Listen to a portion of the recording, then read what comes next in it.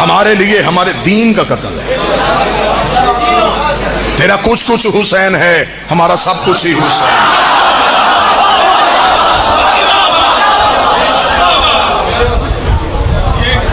چلیں اگر فائل کھلی گئی ہے تو اب کھلے۔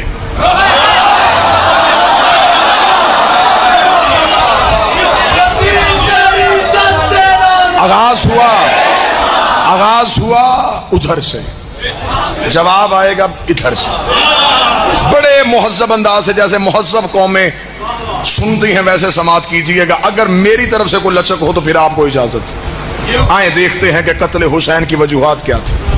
آؤ قتل حسین کی فائل کھولو، پہلا صفحہ نکالو، صرف ہمیں اتنا بتاؤ یہ قتل ہوا کیوں تھا۔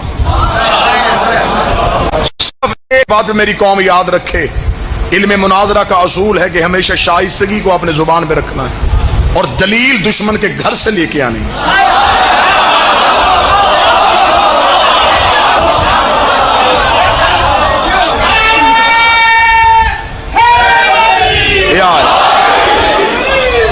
ہمیں فخر ہے، ہم وکالت کرتے کرتے مارے جائیں گے، کوئی اور آ جائے گا، اسے مارو گے پھر کوئی اور آ جائے گا، اسے مارو گے پھر کوئی اور آ جائے گا۔ اس مذہب کی وکالت ختم نہیں ہوگی۔ آپ صرف ہمیں اتنا بتائیں یہ قتل ہوا کیوں تھا، کیوں میں ہی تم نے پھنس جانا ہے۔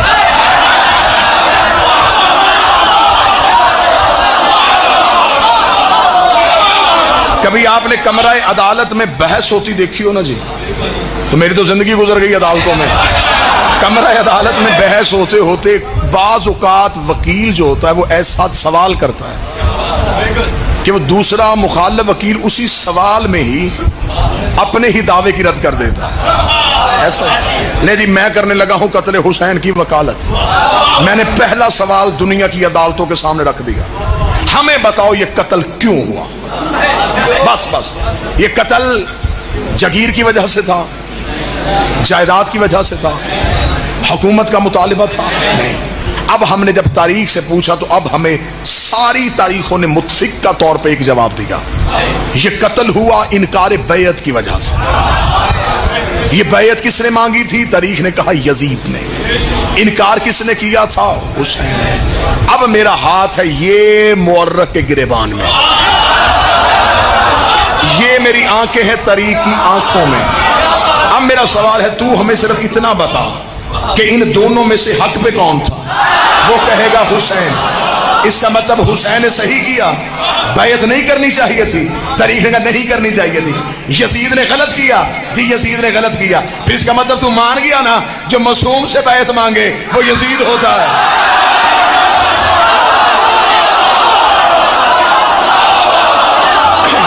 اس کا مطلب ہے کہ تو نے تسلیم کر لیا جو بھی معصوم سے وہ غلط ہوتا ہے۔ اور پھر میرے بادشاہ کو بھی پتا تھا کہ میرے نوکروں نے کرنی ہے وکالت، میرے شہنشاہ نے بھی 26 رجب کو جملہ ہی ایسا کہہ دیا تھا، میرے مالک نے کہا ولید یزید کو کہہ دے مجھ جیسا